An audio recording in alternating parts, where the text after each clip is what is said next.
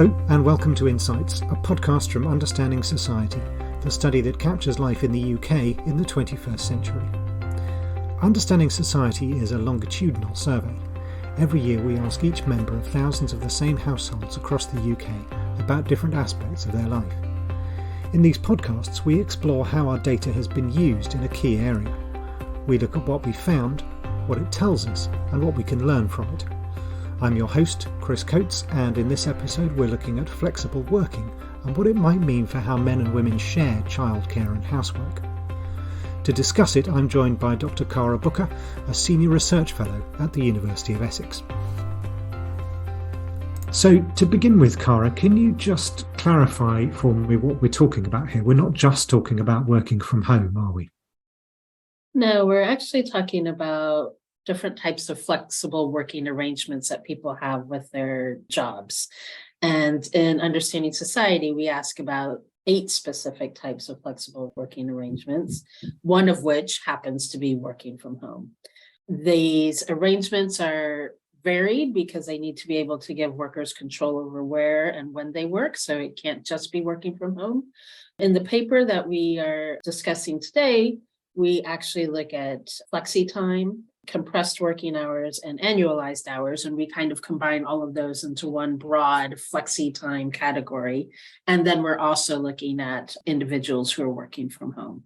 We also included how much control people have over their schedule. So their actual schedule of working, how much control do they have to alter it or change it a little bit? And so we also included that in our analysis to see how that was associated with different types of housework and childcare.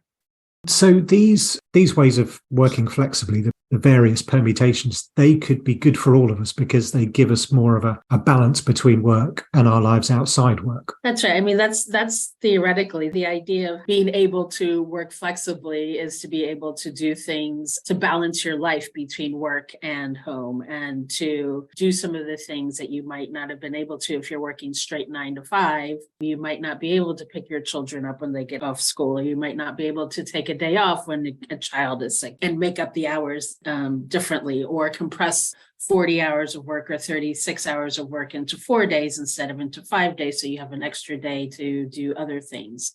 These are the types of ideas that these arrangements are meant to be. However, who they're offered to, what kinds of jobs they're offered to, who takes them up can create additional differences, can create inequalities. So you do have sometimes where you'll have differences between men and women who takes up or who uses these types of arrangements. People in different occupations may have certain types of working arrangements available to them and not other types. They might use them differently. Individuals in higher income occupations might use flexible working differently than those in lower income occupations. So it still can create some differences, even though these arrangements were developed to create more equality. In some cases, they might have increased them for certain groups.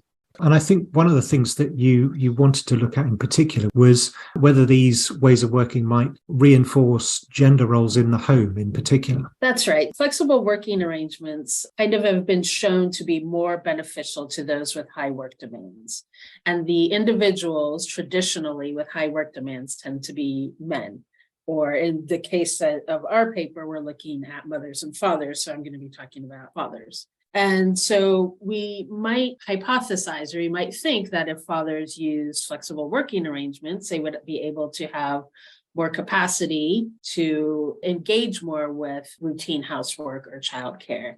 However, what the literature actually is showing is that mothers engage more in these activities when they take advantage and use flexible working arrangements more than men do, or more than fathers do. So there does seem to be reinforcement of gender roles when flexible working arrangements are used.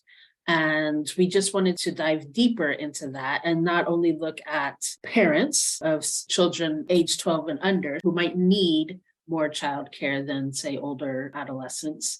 And we also wanted to look at differences in occupational classes. So individuals who might work in higher income occupations versus those who work in lower income occupations. Are there differences in how they take up and use flexible working arrangements, and do those differ by gender? We also know from the literature that women are expected to use their flexible working arrangements to meet family needs. So if you are a woman and a mother and you use working from home, then the quote unquote extra time that you have or extra capacity that you have is expected to go to your family, where the same doesn't necessarily hold true for men. And so flexible working arrangements in and of themselves, they don't change our assumptions about gender roles just because you have these available. And so who's expected to do the work doesn't change just because a father has flexible working arrangements, doesn't mean that the expectation of the mother taking care of the house or taking care of children changes within a couple or even within society. So what led you to this research? What prompted you to look at this particular question? So in general, I have an interest in social inequalities and what we can do to address these across different groups, including gender and social class. And flexible working arrangements were introduced to help address some of these inequalities, to help individuals be able to better balance their life and work, and hopefully then have better outcomes, is that health outcomes or well-being outcomes. And as we've been discussing, this hasn't necessarily borne out.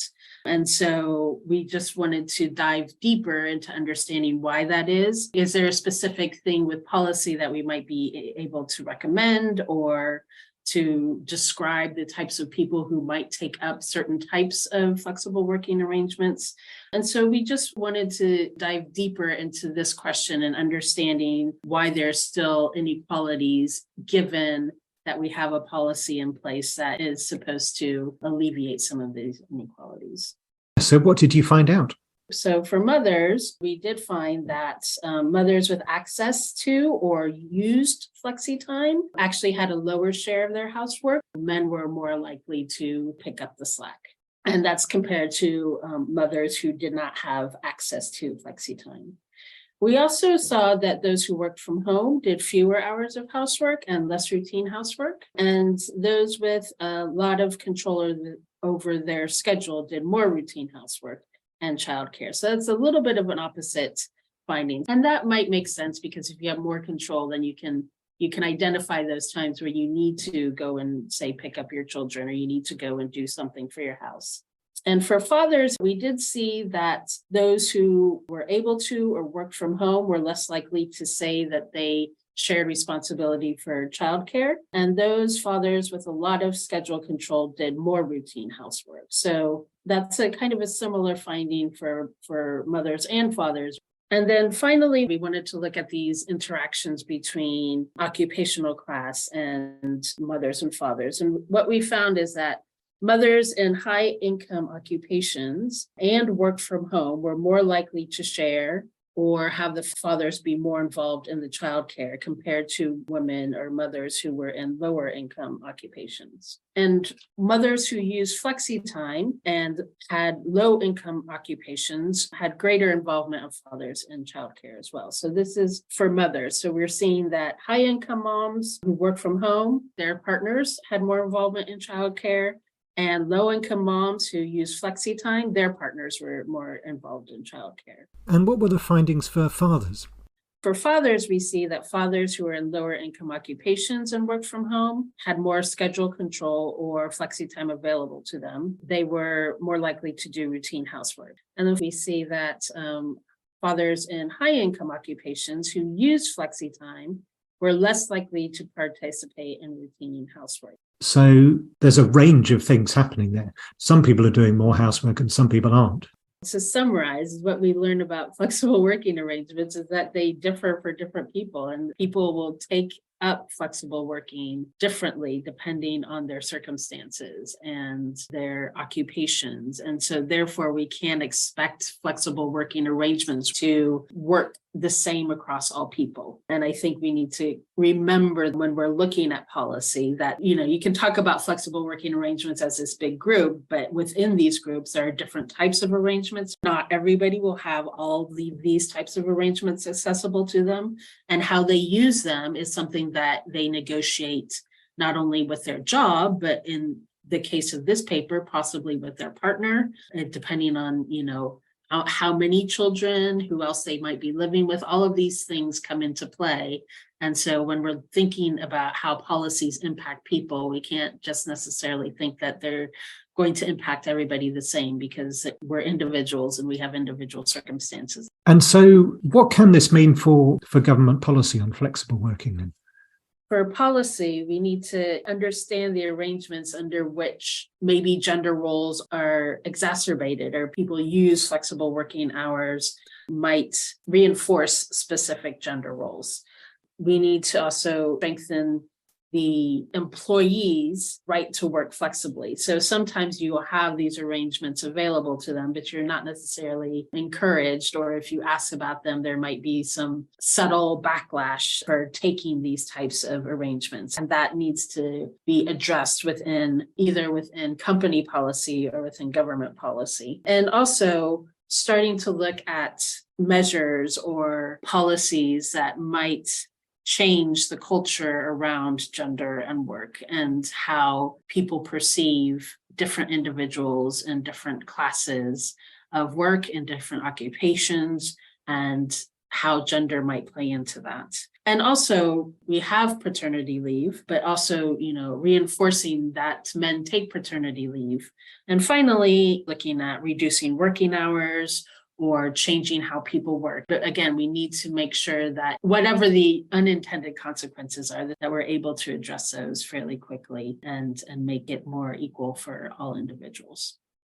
So the message for government policy is that no policy is fixed. It needs to be looked at to make sure it's working and maybe adjusted. Things like flexible working arrangements, we can evaluate how these are going for individuals and do tweaks here and there to make sure that they are adjusting to the changes in work, but also to individuals, and they keep to the spirit of why they were put into place in order to keep balance between work and home. Which sounds good to me. Thank you, Cara. You can find out more about how the data from Understanding Society is changing practice and informing policy by visiting the website understandingsociety.ac.uk. Thank you for listening, and remember to subscribe wherever you receive your podcasts.